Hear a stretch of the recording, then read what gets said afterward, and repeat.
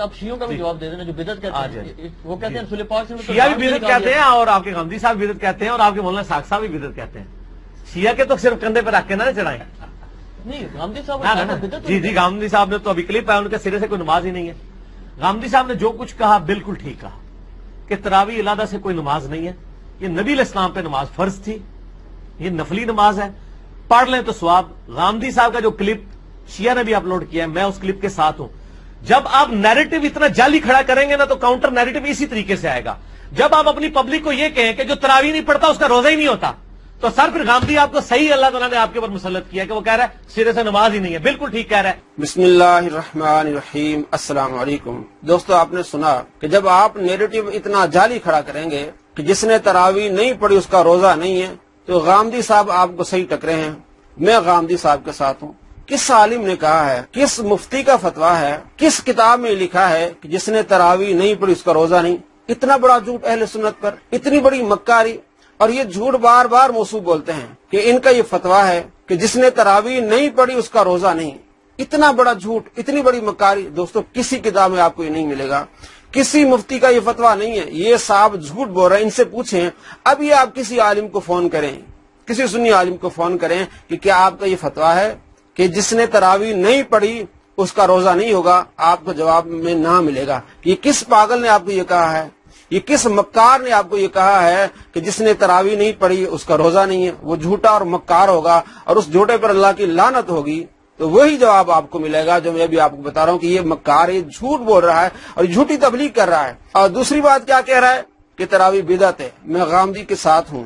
اگر تراویح بدعت ہے تو امام بخاری کیا لکھتے ہیں؟ کتاب صلاۃ التراویح. یہ تراویح کی نماز کی کتاب ہے.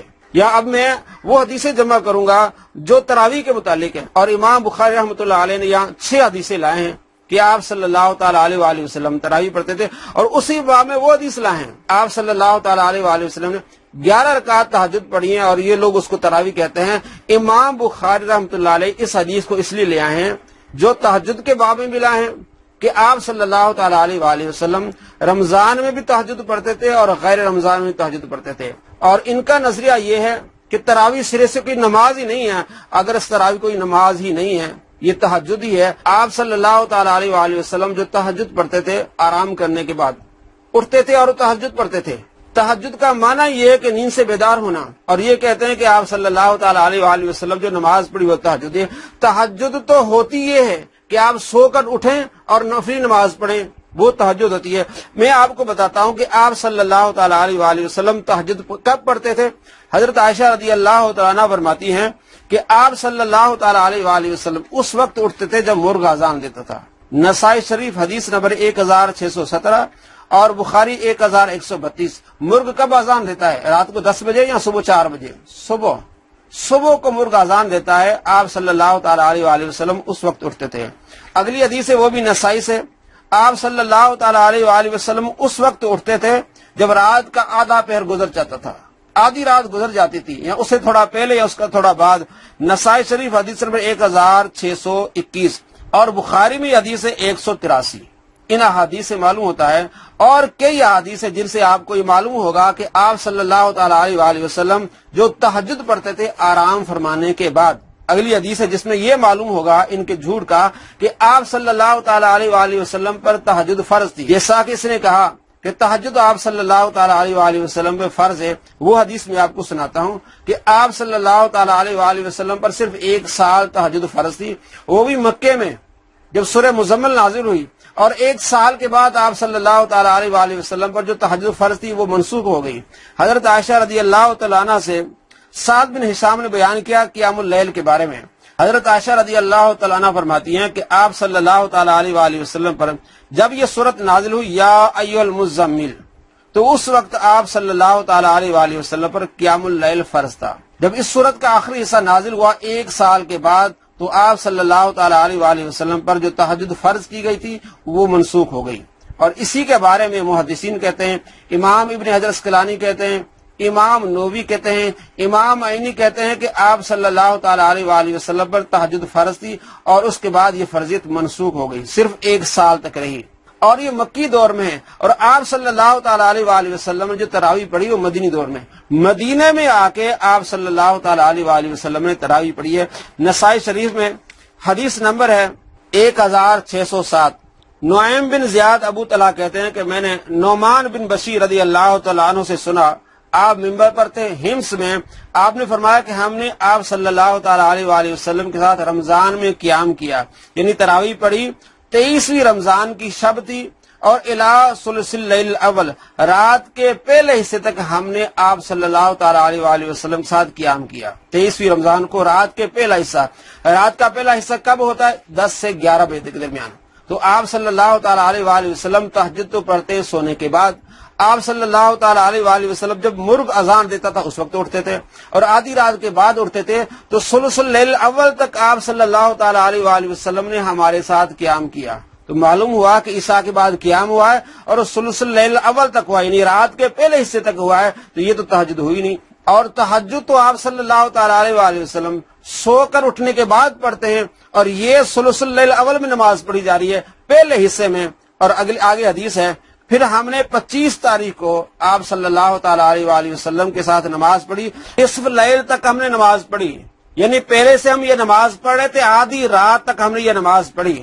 آپ صلی اللہ تعالی علیہ وآلہ وسلم تو آدھی رات کے بعد اٹھتے ہیں، مرغ جب اذان دیتا ہے اس وقت اٹھتے ہیں، پھر آپ تہجد پڑھتے ہیں، تو یہ تو تہجد ہے نہیں، آپ سوئے نہیں۔ تو یہ ہے تراویح کی نماز۔ اور 27 کی رمضان کو آپ صلی اللہ تعالی علیہ وآلہ وسلم نے پوری رات نماز پڑھائی، نماز تراویح پوری رات نماز پڑھائی۔ تو معلوم ہوا کہ آپ صلی اللہ تعالی علیہ وآلہ وسلم نے جو قیام کیا ہے جس کو ہم تراویح کہتے ہیں، آپ سے یہ ثابت ہے کہ آپ صلی اللہ تعالی علیہ وآلہ وسلم نے قیام کیا ہے۔ اور کس طرح یہ جھوٹ بولتے ہیں کہ آپ نے تہجد پڑھی ہے۔ تہجد تو ہوتی ہے سونے کے بعد اٹھتا ہے بندہ جب نفل پڑھتا ہے، وہ تہجد ہوتی ہے، یہ تہجد ہے ہی نہیں، یہ تو قیام اللیل ہے، یہ تو صلاۃ التراویح ہے۔ مزید اس کی تفصیل ہے ترمذی شریف میں، حدیث نمبر 806 ترمذی میں، راوی اس میں حضرت ابو ذر، وہاں تھے نعمان بن بشیر، اور یہاں ہے ابو ذر رضی اللہ تعالیٰ عنہ۔ اور حدیث کا مفہوم یہی ہے کہ آپ صلی اللہ تعالی علیہ وآلہ وسلم نے 23 رمضان کے شب کو نماز پڑھائی ثلث اللیل الاول تک، اور 25 کو آپ نے پڑھائی نصف رات تک، آدھی رات تک، اور 27 کی رات کو آپ صلی اللہ تعالی علیہ وآلہ وسلم نے پوری رات نماز پڑھائی۔ اور ظاہر یہ سونے سے پہلے ہے، سونے کے بعد کی بات نہیں ہے، اور یہ تہجد ہو ہی نہیں سکتی۔ تو معلوم ہوا کہ آپ صلی اللہ تعالی علیہ وآلہ وسلم نے قیام اللیل فرمایا، نماز تراویح پڑھی۔ کے بارے میں امام ترمذی کیا کہتے ہیں یہ بھی سنیے، کہ امام ترمذی بھی بدعتی ہیں، امام بخاری بھی بدعتی ہیں، جو کہتے ہیں کتاب صلاۃ التراویح۔ قال ابو عیسیٰ ھذا حدیث حسن صحیح، یہ حدیث صحیح ہے کہ آپ صلی اللہ تعالی علیہ وآلہ وسلم نے 23ویں کی شب کو، 25ویں کی شب کو اور 27ویں کی شب کو آپ صلی اللہ تعالی علیہ وآلہ وسلم نے تراویح پڑھائی ہے۔ اب فرماتے واختلف اہل العلم فی قیام رمضان، قیام رمضان میں اہل علم کا اختلاف ہے۔ فرا بعضهم ان یصلی 41 رکعۃ، بعض کا خیال ہے کہ اس میں 41 رکعتیں ہیں مال وطر کے ساتھ۔ اگر یہ تہجد ہے تو امام ترمذی کو پتہ نہیں ہے، امام ترمذی کہتے ہیں کہ اس میں، بعض کہتے ہیں کہ اس میں 41 رکعتیں ہیں، اور تہجد جو نماز ہے جو آپ صلی اللہ تعالی علیہ وآلہ وسلم پڑھی وہ تو 11 ہیں وطر کے ساتھ۔ یہ مدینے والوں کا قول ہے کہ 41 رکعتیں ہیں۔ والعمل علی ھذا عندهم بالمدینہ، اور مدینے والے اس بات پر عمل بھی کرتے ہیں کہ 41 رکعت پڑھتے ہیں۔ اکثر اہل العلم علی ما روی عن علی وعمر وغیرہما من اصحاب النبی صلی اللہ تعالی علیہ وآلہ وسلم 20 رکعۃ۔ امام ترمذی رحمۃ اللہ علیہ فرماتے ہیں اکثر اہل علم اس بات پر عمل کرتے ہیں کہ 20 رکعت تراویح ہیں، اور یہ روایات حضرت علی رضی اللہ تعالیٰ عنہ سے، حضرت عمر سے اور دوسرے صحابہ سے۔ اکثر اہل علم 20 رکعت پر عمل کرتے ہیں۔ اگر تہجد ہے تو 20 رکعت تہجد تو ہے ہی نہیں۔ تو معلوم ہوا کہ امام ترمذی رحمۃ اللہ علیہ کا بھی عقیدہ یہ ہے کہ یہ تراویح ہے، تہجد نہیں ہے۔ تو پھر امام ترمذی بھی بدعتی ہوئے۔ اور آگے دیکھیے کہ کون کون بدعتی ٹھہرتا ہے۔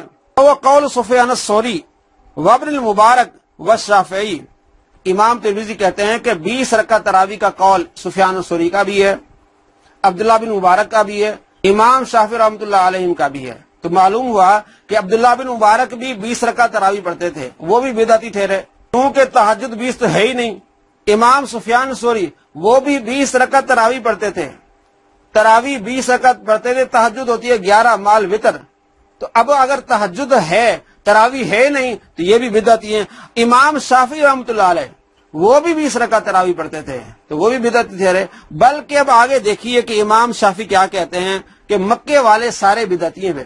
وقال الشافعی، امام شافعی فرماتے ہیں وہاکذا، اسی طرح ادرکتو بوالدنا بمکہ، میں نے اپنے شہر مکے والوں کو اسی طرح پایا۔ کسی طرح یصلون 20 رکعتن، وہ 20 رکعت تراویح پڑھا کرتے تھے۔ سارے مکے والے بدعتی ٹھہرے، سارے مدینے والے بدعتی ٹھہرے۔ امام شافعی رحمۃ اللہ علیہ فرماتے ہیں کہ میں نے اپنے شہر مکے والوں کو دیکھا کہ 20 رکعت تراویح پڑھتے تھے۔ شہر مکہ، یہ صرف نہیں کہ حرم میں نے دیکھا یا مسجد حرام میں نے دیکھا کہ وہ 20 رکعت تراویح پڑھتے تھے، نہیں، بلکہ فرمایا پورے شہر میں، میرے شہر مکہ میں جو لوگ تھے وہ 20 رکعت تراویح پڑھتے تھے۔ تو سارے مکے والے بدعتی ٹھہرے اس وقت۔ امام شافعی بدعتی ٹھہرے، امام ثوری بدعتی ٹھہرے، عبداللہ بن مبارک بدعتی ٹھہرے، امام ترمذی بدعتی ٹھہرے، امام بخاری بدعتی ٹھہرے، سارے تابعین، سارے محدثین بدعتی ٹھہرے۔ کہتے ہیں کہ یہ بدعت ہے، کوئی نماز نہیں تراویح کی، یہ تہجد کی نماز تراویح سرے سے کوئی نماز ہی نہیں ہے۔ یہ صرف 3 آدمی جو ہے وہ پوری دنیا میں ٹھیک ہیں، غامدی صاحب، مولانا اسحاق صاحب اور موصوف محمد علی مرزا۔ یہ ساری دنیا کے مسلمان جو تراویح پڑھے وہ سارے بدعتی ان کے حساب سے، چونکہ ساری دنیا کے مسلمان تراویح پڑھ رہے ہیں، تہجد ہوتی ہے سونے کے بعد، تو سارے تراویح پڑھ رہے ہیں، ان کے نزدیک تراویح ہے نہیں، تو یہ سارے بدعتی ہیں۔ اور بدعتی کون ہوتے ہیں ان کے نزدیک؟ جہنمی ہوتے ہیں، کہ کل بدعت ضلالہ وکل ضلالۃ فی النار۔ فیصلہ آپ نے کرنا ہے کہ حدیثوں میں کیا آتا ہے۔ اماموں نے باقاعدہ باب باندھے ہیں کتاب و صلاۃ تراویح، امام ترمذی نے اس کی تفصیل کی ہے۔ سارے محدثین کہتے ہیں کہ تراویح نماز الگ سے، تہجد الگ سے نماز ہے، تراویح الگ سے نماز ہے، اور موصوف کہتے ہیں کہ نہیں، یہ بدعت ہے، اور آپ صلی اللہ تعالی علیہ وآلہ وسلم نے کبھی پڑھی نہیں۔ آپ صلی اللہ تعالی علیہ وآلہ وسلم پر تہجد فرض تھی، اس کی بھی میں نے آپ کو تفصیل بتائی کہ نبی پاک صلی اللہ تعالی علیہ وآلہ وسلم نے تہجد پڑھی ہے۔ امام بخاری حدیث کو لے آئیں، تہجد کے باب میں بھی اسی حدیث کو لائیں، اور تراویح کے باب میں اس حدیث کو لائیں، کہ یہ معلوم ہو جائے کہ آپ صلی اللہ تعالی علیہ وآلہ وسلم نے رمضان میں بھی تہجد پڑھی ہے، غیر رمضان میں تہجد پڑھی ہے، تراویح بھی پڑھی ہے، اور الگ سے تہجد بھی پڑھی ہے، اور غیر رمضان میں بھی آپ صلی اللہ تعالی علیہ وآلہ وسلم نے تہجد پڑھی ہے۔ اور اس نے علماء اہل سنت پر کتنا بڑا جھوٹ بولا کہ یہ اپنی پبلک کو کہتے ہیں کہ جس نے تراویح نہیں پڑھی اس کا روزہ نہیں۔